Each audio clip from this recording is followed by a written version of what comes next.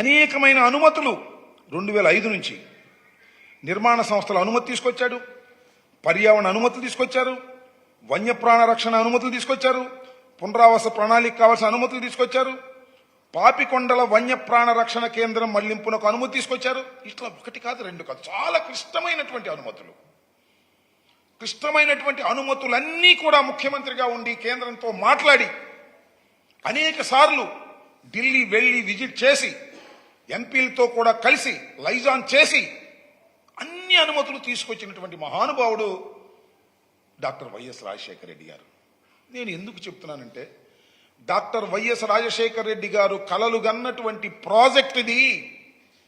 ఆయన టైంలోనే నిర్మాణం ప్రారంభమైంది. కాలువలు తవ్వారు, లెఫ్ట్ అండ్ రైట్ కెనాల్స్. సరే, నీకు అవకాశం వచ్చింది, నువ్వు చేసేటువంటి అవకాశం వచ్చింది, నువ్వు అధికారంలోకి వచ్చావు. నేను ఇక్కడ అడుగుతా ఉన్నా, ఇంకా చాలా వివరంగా కూడా నేను చెప్పాల్సినటువంటి బాధ్యత నాకుంది.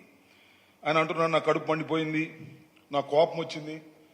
మాకు చాలా బాధేస్తుంది నువ్వు చెబుతున్నటువంటి అసత్యాలు చూస్తున్నప్పుడు, నువ్వు జగన్మోహన్ రెడ్డి గారి మీద వ్యక్తిత్వ హననానికి పాల్పడుతున్నప్పుడు, రాజకీయాలకు పనికిరానటువంటి జగన్మోహన్ రెడ్డి గారు ముఖ్యమంత్రి అయ్యి దీన్ని సర్వనాశనం చేసేశాడు అనేటువంటి ఒక అపవాదు వేస్తున్నప్పుడు పదే పదే పదే పదే జగన్మోహన్ రెడ్డి గారిని దూషించాలనే ప్రయత్నం చేస్తున్నావు. నాకు అర్థమవుతుంది ఎందుకు దూషించాలని ప్రయత్నం చేస్తున్నావు. నాకు అర్థమవుతుంది ఎందుకు దూషించాలని ప్రయత్నం చేస్తున్నావు అంటే, జగన్మోహన్ రెడ్డి గారు అంటే భయం. మళ్ళా జగన్మోహన్ రెడ్డి గారు ఈ రాష్ట్రంలో ఒక బలమైన శక్తిగా తయారవుతాడనేటువంటి ఒక భయం, ఆయనకి 40% ఓట్ల శాతం ఉందనేటువంటి భయం.